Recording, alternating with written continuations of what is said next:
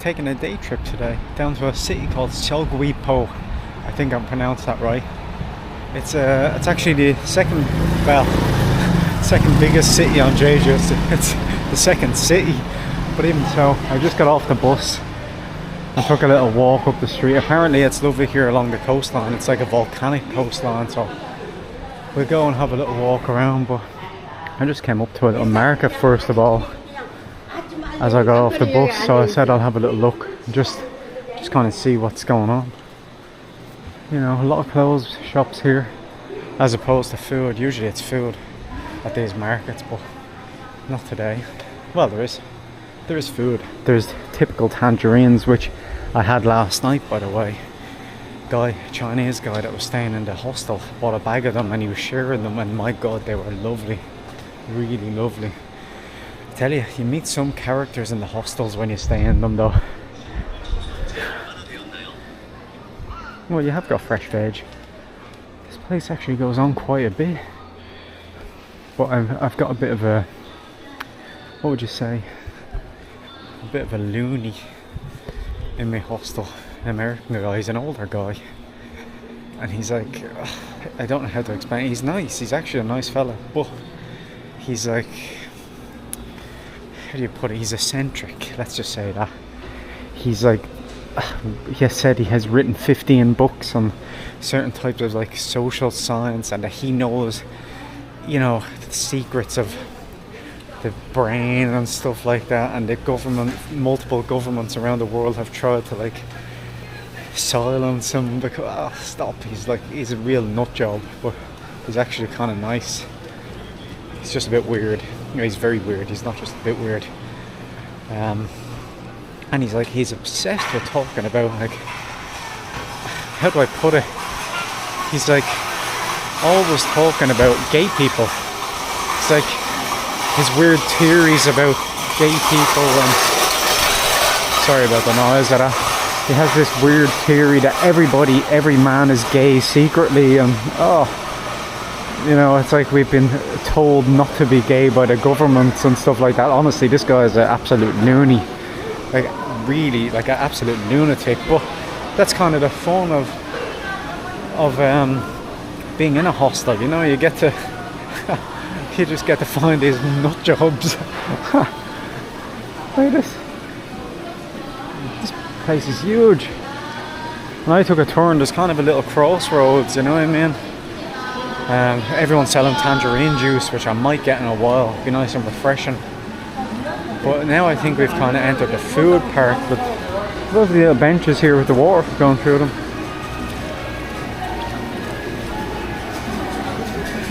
And more coffee. I don't really think I want more coffee just yet. I will get some in a while, but that breakfast bread that I got with the honey and like cream, oh my god, that was so filling. It was delicious, but it was very, very filling. Look at this dumpling bread, pork abalone. Wait, what way am I supposed to go? Anyway, so the bus,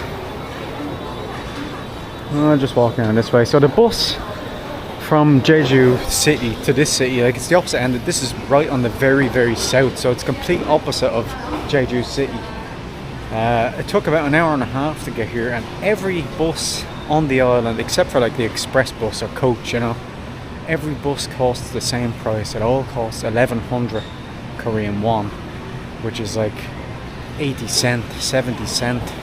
So for an hour and a half bus journey, you just pay with the travel card, and it's just 70 cent no matter how far you go, which is nuts, isn't it? You know, imagine public transport being so cheap. It really is kind of crazy. You'd never get that at home, I tell you. Not a chance. I wouldn't mind. The public transport's actually better here, and it's cheaper. It's crazy. But yeah, so anyway, that American guy that I've got in my hostel is an absolute, like, class A loony.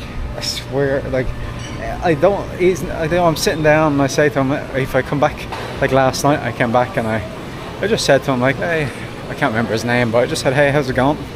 And he starts talking about asking me about these statues that are around Korea, or around Jeju. You know, the statues like down at the, where I went to the 3 holes in the ground kind of area. He was asking me about the statues that I know about them. I said, well, I think they're, when I was in the museum they mentioned something about them, and he said, oh, well, the museum, they don't really know anything about it. I did all my research on it. I know more than everyone about these statues. And he starts telling me about, oh, stop.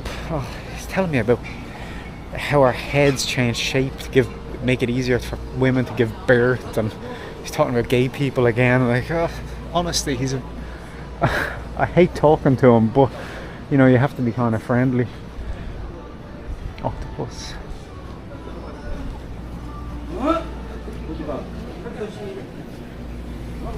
More fish, of course. Everywhere you go here on Jeju, it's an island, so you're gonna get lots of fish.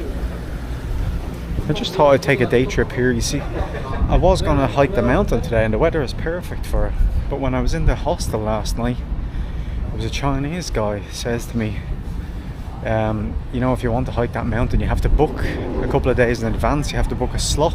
I said, well, for a mountain? And yeah, apparently you do, and it's all sold out for the next 3 days. There's not one slot available, so that plan was gone. But I didn't know that. I just assumed the mountain, anyone could just walk up it, but no, apparently not. Apparently not, which is weird. Look at this. All the different shellfish here. As I said though, that is the good thing. I'm not into that kind of shellfish, but if you're into it, you know it's fresh as fresh can be. Because you're going to order it, they're going to kill it and give it to you. So yeah, it's basically straight from the water, essentially. So actually in this city, you've got 2 big contrasts, right? So all the way up there, I don't know if you can see it, but all the way in the distance, that's Hallasan, biggest mountain in Jeju. What I wanted to climb, but you know, whatever. And then just down here, you've got the seaside. So we're going to take a little walk down there, kind of just check out the volcanic coastline, see what's going on, see if it's good, see if it's interesting. Maybe there's street food, maybe there's coffee, who knows. The only thing is it's Monday morning, Monday afternoon. So yeah, I tried to get out a bit earlier actually. Not that I had a bus timed, because the bus actually comes along every 14 minutes, which is great. But I sat down, I was booking where I'm going after Korea, and the American guy started talking to me, so I was kind of trapped there for longer than I really wanted to. Like when he was talking to me about women's birth canals changing shape over the years. Like honestly, this guy's, I know I've said a few times he's a nut job, but like honestly, like he said he was going to be a, I guess it sounds like I'm bad mouthing the guy, and I guess I am, but he's just kind of annoying, you know? He said basically he was training to be a lawyer, but the government tried to, like, didn't want him to be a lawyer because he knows too much. He's done so much research about everything, and he knew social science expert that he is. He's figured stuff out, and they want to silence him. It's like, oh come on, like really wacko. Absolute fucking wacko. I don't know what way I'm supposed to go to the seaside. I suppose I just keep going down, right? It's hardly up, so I'll make my way down that way. So we're gonna start making our way over there and around. This is kind of like the tourist port information area, something like that. However, you know, as you probably know by now, you know, I'm a bit of a delinquent, a bit of a rascal. And what better way to kind of live up to that than a bottle of makgeolli, some nice fermented rice wine while I'm walking around, like a real Korean alcoholic.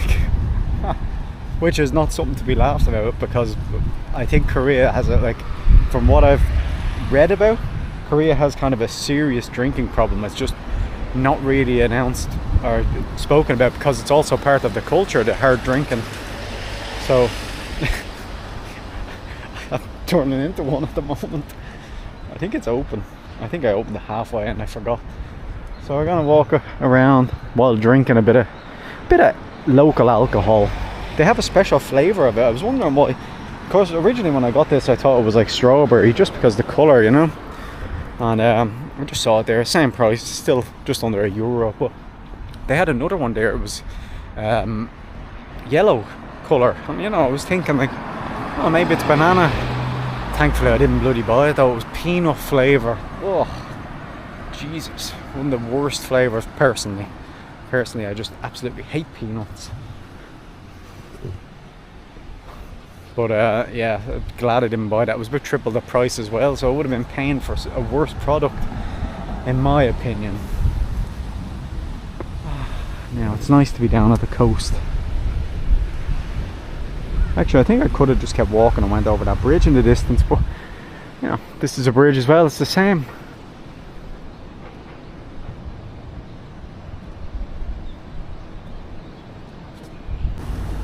So you might be able to see here at the distance there's a bridge, which is actually the one that I saw from over on that bridge. I thought it was connected here, but the bridge goes over to this small little island here. So I think we're gonna take a little walk, do the little walk around the island. It's pretty small, but first I'm gonna sit down here, look out at the boats and drink my makgeolli, because I don't want to be carrying around on the island. So that's the plan for now. Just sit down, drink this. There's a food truck over there, and there's an old guy cooking. I didn't see what he was actually cooking, but I saw the menu pictures, and it's got like abalone burger. Abalone is a seafood, a shellfish.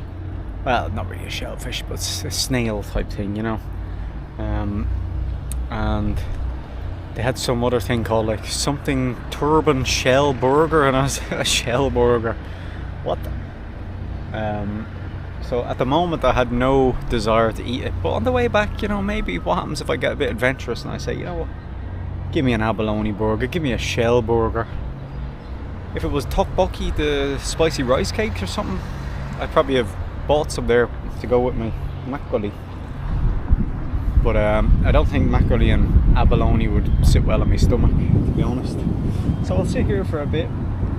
Nice clouds have come over. It was sunny a minute ago, but these clouds have come over and just given it a nice cool atmosphere. So I'll chill out, look at all these boats, just admire the view of, I don't know what this island is in the distance, but you can't get to that unless maybe there's a special tour that goes there. But yeah, just sit here, drink my makgeolli and enjoy life while it's here, while it's lasting.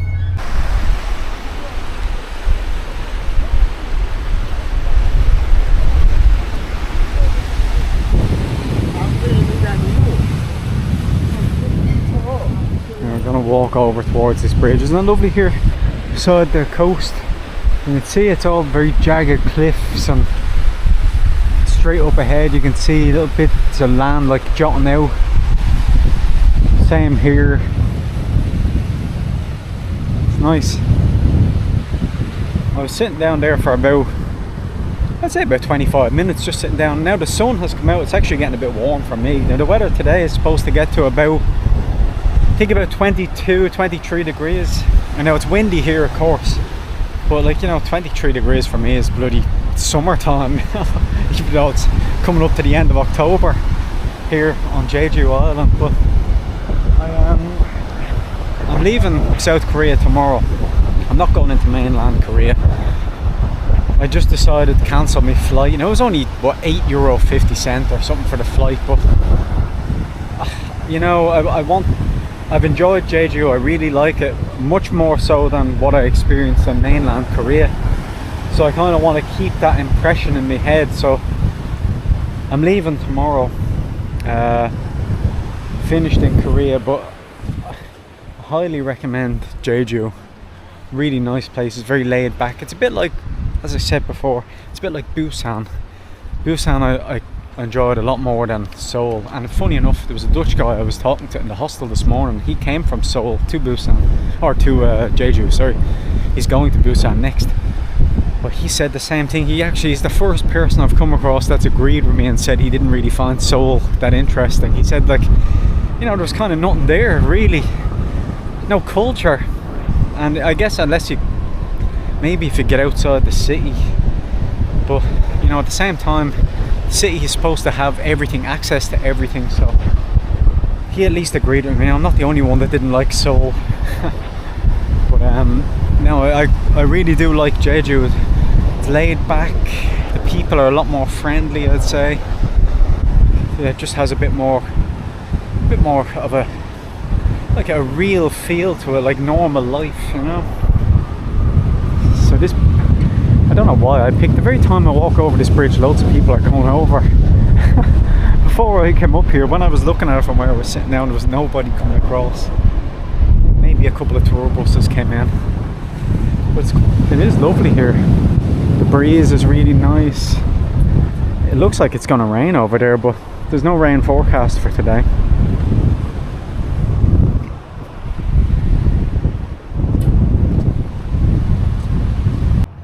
Of course, coming out to the coast like here, you kind of risk, well, falling obviously from the cliff sides or tsunamis, but I'm pretty sure I'm relatively safe here. You can see lovely view over there for the bridge, but I've noticed when I'm walking along a lot of these little white stars, and I'm guessing when the sun sets these all light up and kind of lead the way. It's a set route that you go, it's not you can't just go whatever way you want around this little island. But I didn't actually know this island was here, so that's why it doesn't matter, I'm just happy to go around it and just see what's going on. It's nice and green, weather is good, so it's a nice place just to have a little stroll around. This, actually, funny enough, this town or this city is, it's even a lot more kind of a slower paced than Jeju, and Jeju is pretty slow paced, but here it's definitely more of like a rural, if you know what I mean. It is like a fishing city, fishing town, but it has a bit more of a rural charm to it. It really is a lovely little small island to walk around. You've got lovely views of these small little islands around. The volcanic kind of coast around this island as well. I know, as I said already, all islands are basically volcanic, but it's nice when you're kind of just walking along and you can see it right in front of you. But I might as well give you my little plan for after I leave South Korea. So tomorrow morning I fly at 11 AM, and I'm actually flying tomorrow not to mainland South Korea. As I said, I've cancelled that flight. I was going to be flying to Daegu, but I'm not. Tomorrow I'm flying back to Shanghai. Spend a couple of days in Shanghai. It's a city that I really did love, and I've been in contact with the Irish guy that I met there. I don't know if you remember, I'd said it to you, he almost got scammed, but I've been in contact with him, and I was saying it to him about, you know, I'm heading back to the same hostel actually, funny enough. So I told him, look, I'm going to stay away from Tinder, don't worry, I'm not going to go down the same route he did. But yeah, looking forward to getting back to Shanghai. I did like it in Shanghai. It is a lovely city, and there's so much to do. So many coffee shops, so many places to eat. It's actually ridiculous the amount of options you've got. But I'm just kind of going there first because, first of all, it's the easiest to get to from Jeju. It's an hour and a half flight to Pudong Airport, which is great. I know it's like an hour on the underground into the city, but once you're in China, it doesn't matter. You know, you get a seat, you just chill out for an hour, and you're back basically at the hostel. So and also, sorry, for getting around China, Shanghai is a great kind of a hub to use because they fly everywhere for about, I guess the most you're really paying for a flight somewhere around China is about €50, €40. So, you know, it is a great kind of place to start off your China travels.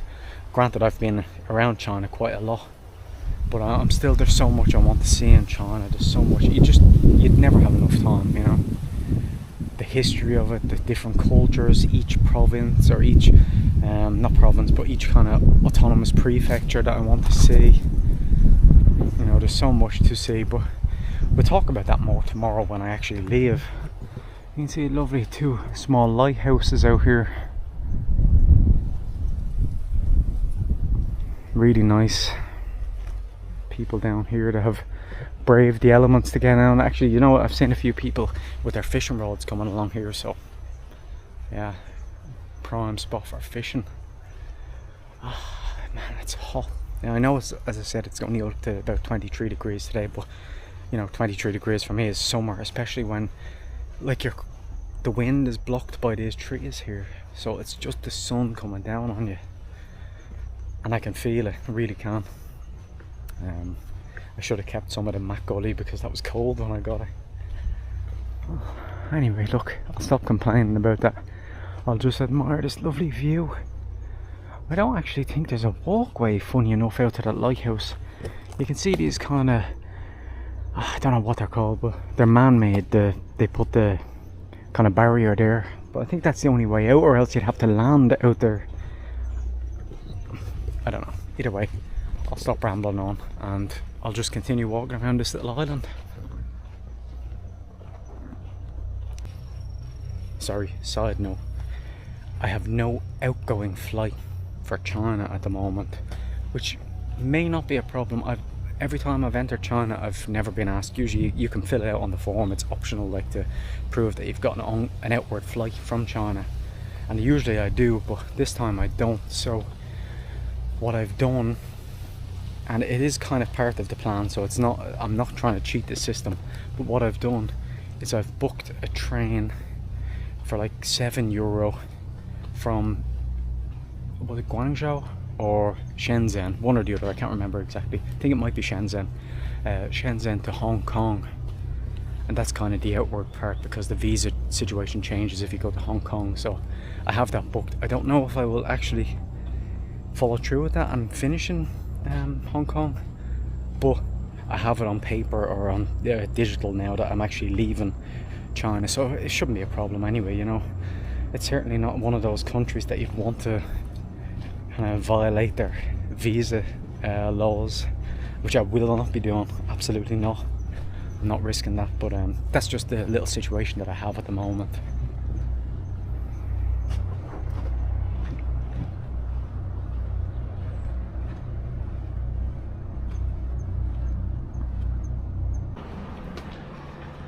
I've just finished down at the seaside here and I saw this church, so I said, I know what, I'll take a little walk up and see how the churches here on Jeju actually look.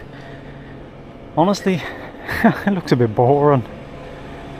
And maybe that's just the way it's built, or maybe it wasn't originally a church and they converted it into one, but it's not the most kind of charming church, is it?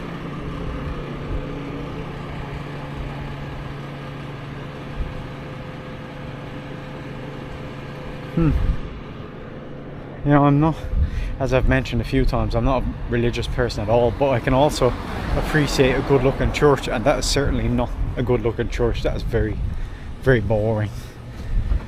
I'm gonna kind of walk back towards the city now. Just, I tell you, I'm warm. It's just the heat down at the coastline is kind of, it's weird, you know, because when the wind is there, it's lovely, it's really nice, but when you kind of get shaded from the wind but the sun is still beaming down on you, it's bloody hot. And then the walk up from here is all uphill. Now it's not a steep uphill, but it's constant, you know. So I'm gonna kind of walk up to the market area, and if I'm walking through the market area and I see something that catches me fancy, I think I'll grab something. Like if they have tteokbokki, for example, the spicy rice cakes, I might get something like that, or even gimbap. I was just in the convenience store there, and of course they have gimbap, but you know, it's not the same. It's fine, but it's not the same as like just freshly made at a food stall kind of gimbap. That is the ultimate gimbap. And the one in the store actually had loads of cucumber in it, and I'm like, ah, come on, I'm not a cucumber fan, so it certainly doesn't do it for me. Oh my god, that uphill was well, as I said, just constant. This is where I bought my makgeolli. You know, sometimes I have to just confirm that it's makgeolli with the people that work there, because you know, they've got like yogurt drinks that look, or milky like yogurt drinks that look very, very similar to makgeolli. So I just have to confirm. I look at them and say like, makgeolli, and they say So that's how, basically how I work it, and that's how I find my alcohol, is just by asking them. Actually, the Dutch guy that's staying in my hostel that I was talking to this morning, he had stayed here for a week before he went to Jeju City, and he really liked it. So I I do understand why. It's more laid back. It's, as I said, it's a bit more of a kind of rural fishing town feel, which I really like. Jeju, as I said, is a quiet, like, it's a relatively quiet town, but at the same time it still has the big chains. It's got your McDonald's, your KFCs, your Starbucks all around. Here I haven't seen any of those shops. I'm sure they're here. I'm sure there's one, a McDonald's and a Starbucks somewhere, but it's not in your face, you know. They've even got Papa John's in Jeju, like, come on. Actually, I must put a picture here in a second. There's a pizza place right across the road from where I'm staying. And I thought it was a church at first, because there's a big billboard, you'll see it now in a second. But when you get off the bus to arrive at the guest house, there's a big billboard that says, I love Jesus. And I think I mentioned this actually before, but there's then the picture of like someone taking a slice of pizza away from the full pizza, and I was like, what? Maybe it's just to catch your attention, maybe it's nothing to do with Jesus, but if it is to catch your attention, it certainly works, because everybody in the hostel has mentioned it, saying like, Jesus, did you see that sign? I said, yeah, it's the first thing I saw when I arrived. So I guess it does catch people's eye. As you're walking down the street towards the market, which is in here, all along there's a load of like lovely little bakeries and cafes. Now I know they said there's cafes everywhere in South Korea, but the bakeries, you're walking by, the smell is just unbelievable, as you can imagine, you know. Even if you walk into a supermarket and they have like a bakery, even if it's just bread, you just smell it and you say, oh, incredible. Just going to take a little walk back through the market. Of course, the tangerines are still on display, and clothes, and I don't need any clothes at the moment, but at least if you did want them, they've got a huge selection. My God. The one thing I kind of regret is not buying a kimono in Japan. They had them in the second-hand store before I left, but I would have had, like, they're big and, you know, folded up, they'd still take kind of a lot of room up in your bag, so I do regret it, but at the same time there's nothing I could really do. Lovely fresh fish. More tangerines. Tangerines everywhere, as I said, you know. Nuts, veg. Funny enough, apart from tangerines, although they are a little bit pricey here, but in South Korea I've noticed the fruit is very expensive, and I'm not 100% sure why. It was also very expensive in Taiwan.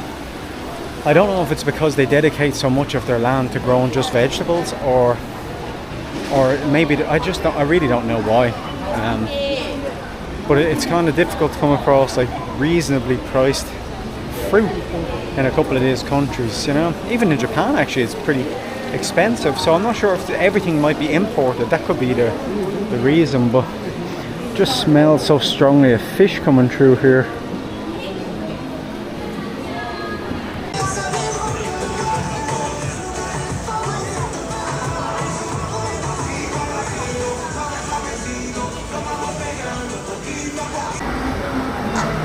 Kind of crazy when you see the grilled lobster with garlic and cheese. 10,000 Korean won. Now 10,000 Korean won, it's a full lobster, you know. 10,000 Korean won is like €6, just over €6 for a full lobster. Where would you get that? It's crazy. Everywhere is fish though, obviously, because, well, basically because it's a coastal town. That's why it's fish everywhere. But you know, even the smell of it, I said it is lovely, although, you know, a lot of people wouldn't like the smell of it, but when you're walking around, like, as I said, you know it's fresh. You know, it's just after probably being caught the same day from down at the harbour where I was. So when you think of it like that, you can't get better fish, really. And for that price, like €6 for a full lobster with garlic and cheese, whatever, that's insane. But they had no tteokbokki. I was in the mood for tteokbokki. They didn't even have any hot tteok, the curry in the sweetened kind of curry in the little like pancakes that's deep fried. They didn't have any of that. It's mostly a fish market, and as well as that, it's more of a local market, for example, than the one I was at. The first day I was here, it's definitely more of a local market, and this place is not as touristy. There are tourists here, but most of them are Korean. So, you know, it's not like they're not catering just for Western tastes or anything like that. It is more just for the locals, and they'd appreciate it a bit more. So I think I'm gonna walk towards my bus stop, kind of figure out my way back. It should be easy. It's every 14 or 15 minutes the bus comes along, but it's just trying to figure out where to actually get it from. I don't remember where I got off the bus. I just looked at the map and I said, well, this is like the center of the town, so I just pressed the little bell and I hopped off. But yeah, we'll try and figure out where the hell the bus goes from. It's near the market, that's from one thing I know for sure. It's a barbecue place. Actually, not a complaint, but an observation about Korea. It's you can't really go into a Korean barbecue restaurant on your own in comparison to just say Taiwan and Japan, where it's pretty easy to go anywhere as a solo diner. They want you have to buy like the 2 people set. Now granted, I could probably manage the 2 people set, but you're paying for like 2 people when it's only you, so it's not part of their culture really to eat alone. They eat in big groups, you know. But anyway, look, I'm gonna find the bus stop and figure out how the hell to get back to Jeju City. I found the bus stop. It's just around here to the left. But I just wanted to take a little day trip out here before I leave Jeju, just to see somewhere different. Now the island, as I said, is not really that big, but it can be a bit difficult to get around if you don't have a car. So the buses are actually pretty good. It's just that sometimes you might be on the bus for a while, but I'm used to that kind of thing. So it's not really a challenge, you know.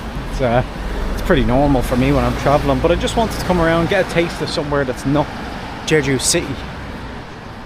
I actually think if I'd redone everything, I might have come here and then just ended up taking a day trip out to Jeju. The opposite basically of what I've done so far. I just like the atmosphere here more. The market's really good. It's right in the center, whereas the market in the other places in Jeju City is a little bit away from where I'm staying. At least that's my fault. But you know, here everything is kind of central. It's focused around the middle of the town, and you're right beside the harbour, so everything is kind of compact. You know, you don't have to go far for anything. So I got back just out for a little walk. Gonna grab a bit of food just in the convenience store because I have to pack my bag. But the minute I went in to the lobby, the old guy was sitting there, the nuts guy, right? And there was another woman that had checked in. She's a Chinese American girl from well, she's originally from Shanghai, but she was sitting at the table and so was he. And the first thing he says to me was, I want to just expand on what I was talking about earlier about the birth canal and the shape of the head fitting through the birth canal. I was like, oh come on man, really? So I had to listen to his bullshit basically for 20 minutes. Fucking, oh, I swear. So anyway, enough about that old man. So that's gonna wrap up my South Korea journey. Again, I know I've only been here for a few days. I do get that. I will come back again to a different part, a couple of different parts, definitely next year to explore a bit more. But I'll give Jeju credit. It has certainly bumped up South Korea, my opinion of South Korea. I do like it here. I think it's a lovely place, and yeah, it does give me a bit more hope that I will enjoy more of the country itself outside of Seoul. So yeah, Jeju, you get a thumbs up from me. I do like it, and the people are lovely here as well, except the drivers. But that's gonna wrap it up. So tomorrow we wake up, get our stuff ready, and set off for Shanghai. Nice and easy. Flight is at 11 a.m. Takes about an hour and a half to get there. So smooth sailing. I get there, I think actually I get there like, just say my flight is at 11 a.m. Korean time. I think I get there at like 11:30 Shanghai time because of the hour difference. So I'll have the full day. I have 2 nights booked in the same place that I stayed last time, but that could change. I could end up staying an extra night, depends, you know. I'll see. Weather is supposed to be not warm, but no rain, so that's a blessing, because you know that does kind of ruin everything. But that's enough for me. Thanks for watching my little Jeju journey. Hasn't been a long one, but it's been a pleasant one, very pleasant one. So yeah, I will catch you on the next one. Thank you for watching. Bye bye. And bye bye from Jeju. And this woman listening to her radio while she's walking.